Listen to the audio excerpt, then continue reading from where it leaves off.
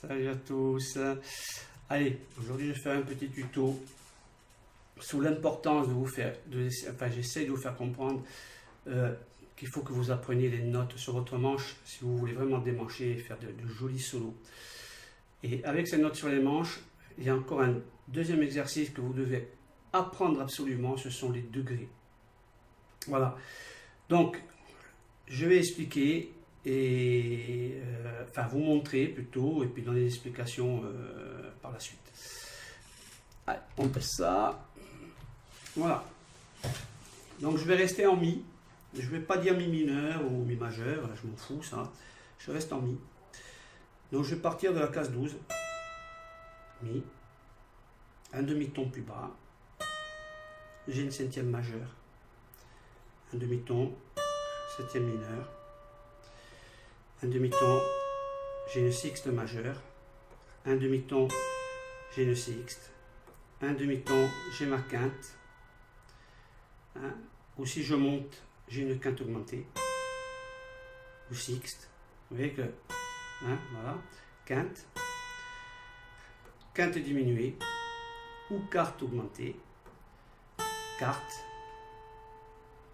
J'arrive enfin sur la partie peut-être la plus importante des degrés qu'il faut impérativement apprendre.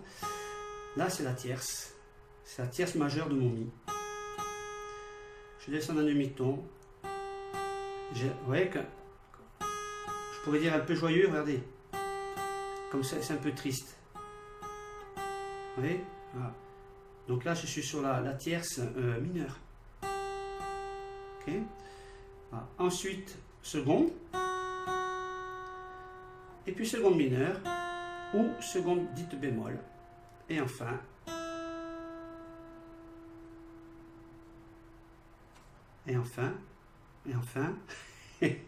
ma tonique mi. Voilà, petit suspense. Voilà. Donc ça aussi c'est très très important à savoir. Pourquoi? Parce que si je reste simplement à faire de la gamme, donc mi, je vais faire mi mineur, tiens.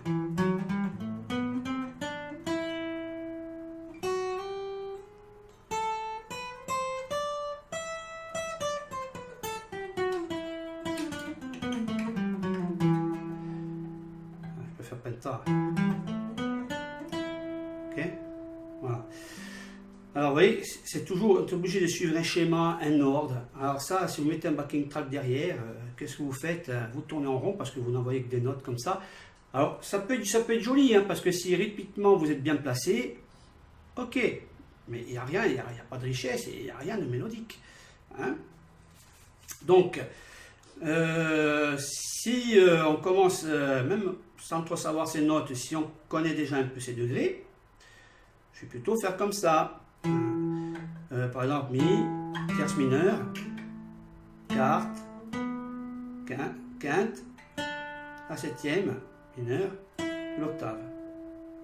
Un chromatisme, octave, septième majeure, septième mineure, quinte, directement à la tierce mineure et l'octave ou la quinte, l'octave, oulala, ou la tonique et seconde. Je peux faire comme ça, tonique, quarte, septième, octave, quinte et seconde, et revenir à la tonique. Voilà. Vous voyez, c'est déjà pas si mal. Vous voyez, je peux faire des groupes de deux cordes, de deux notes.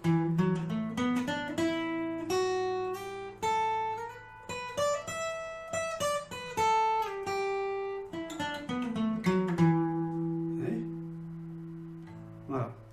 Ok, donc c'est l'importance de savoir ces notes. Pourquoi? Parce que bon, si vous jouez blues par exemple, des blues tranquilles, 95, 110 BPM, vous avez vu que les grilles, on appelle ça les grilles 12 bars, et en général, l'accord principal est répété 4 fois, les autres mesures, les autres accords sont répétés que 2 fois. Donc, on est tranquille pour se déplacer, faire sonner, jouer. Mais si vous vous attaquez à l'aiguille jazz manouche, déjà en dessous de 110 BPM, bon, il n'y a pas grand-chose. Hein. Et puis surtout, c'est pratiquement des accords qui font une mesure, 4 temps. Ils ne sont pratiquement pas répétés. Hein. Ou des fois juste doublés. Ou des fois, c'est 2 mesures sur un accord, puis 2 mesures sur un autre accord. Vous savez, c'est ces fameux accords où il y a marqué tac, où c'est flashé comme ça. Hein. Donc tout ça, ben, voilà, si vous faites des notes aléatoires, c'est pas mélodique, c'est pas très joli. Hein, voilà. Alors maintenant, l'importance des degrés. Voilà pourquoi. Et puis l'importance des notes sur le manche. Je veux reconstituer un accord, je sais qu'il me faut une tierce. Donc une tonique, une tierce, une quinte. Mais il faut encore savoir agencer les notes. Hein. Alors je vais faire un mi mineur, par exemple, j'ai un mi ici. Je sais que ma tierce mineure, ça va être sol, je l'ai là. Voilà. Et je sais que ma quinte, c'est si. Et ben voilà, ça y est. J'ai un mi mineur. Bien joli. Seulement maintenant, je vais le faire sonner septième. Là, je suis bien emmerdé. Et c'est pour ça qu'il faut connaître ces notes. Et je sais que ma septième, et qui va être une septième mineure, est un Ré. Le Ré, je l'ai ici. Et j'ai un Mi mineur 7. Si je ne peux pas me repérer en note, je vais me repérer en degré. Là, j'ai le Mi ici en 12e case. Septième majeur, septième mineur. Hop. Et voilà. Ok. Je vais faire mon Mi ailleurs. J'ai pas de souci. Hein. Je prends encore de Si. 5e case. J'ai un Mi. Je connais mes notes. Pour reconstituer cet accord, j'ai besoin d'un Sol. J'ai besoin d'un Si. Voilà. Je viens de faire un Mi mineur. Alors, par contre, là, pour le faire sonner septième, je suis vachement emmerdé. Parce que mon Ré est sur la même ligne que là où j'ai mon Mi. Hein? Mais heureusement, la guitare est un instrument bien foutu. J'ai une corde à vide qui sonnerait. Et je fais tout sonner. Voilà. J'ai un Mi mineur 7. Alors, je ne vais pas rentrer dans les détails. Ouais, mais ton Ré, il est placé avant ta tonique, blablabla, blablabla. On s'en fout. C'est des renversements d'accords. Hein, vous en entendrez parler. Et je m'en fiche pas mal du moment que je fais sonner un Mi. Voilà, c'est tout. Et je peux le faire majeur, hein, bien sûr. Et avec toujours cette note de Ré qui est la même septième. Hein. Alors, vous avez remarqué la position. Hein. Voilà, Mi. Là, j'ai donc mon Sol mineur qui est mon Sol, Sol, qui est la tierce de mon Mi. J'arrive plus, hein, Mi mineur. Je la monte d'un demi-ton. Ça va être ma tierce majeure. Mi et Si. Ça forme un triangle. Et ce fameux triangle, vous le connaissez, c'est Ré majeur. Je monte, Fa, je monte, Sol. Vous voyez? Voilà. Je vais le faire sonner mineur, donc septième, ma corde à vide, de Ré. Voilà. Hein? L'importance de connaître tout ça. Voilà. Alors bien sûr, si j'arpège cet accord, si je l'arpège note à note, je n'irai pas se faire sonner à vide. Ma corde de Ré, j'ai l'appui là, ma note Ré ici. Hein. Hein, ça fait ça, donc. Hein. Voilà. Hein, et là, je viens de faire un Mi majeur septième. Hein. Mineur.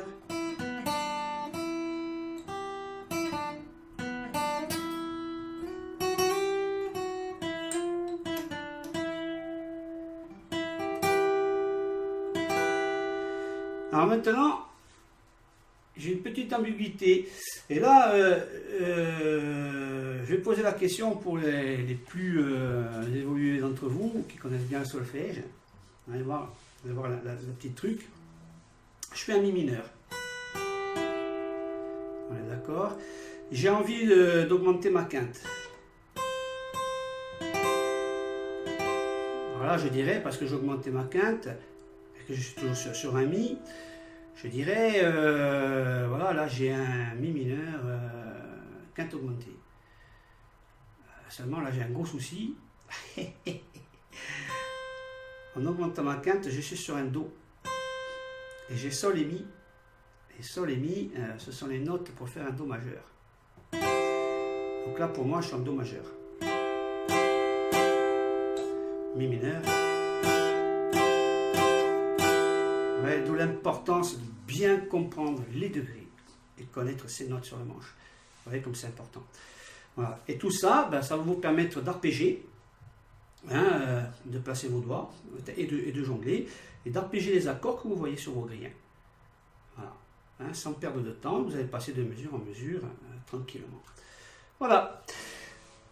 Je vous embrasse tous, et puis bonne gratouille. Hein.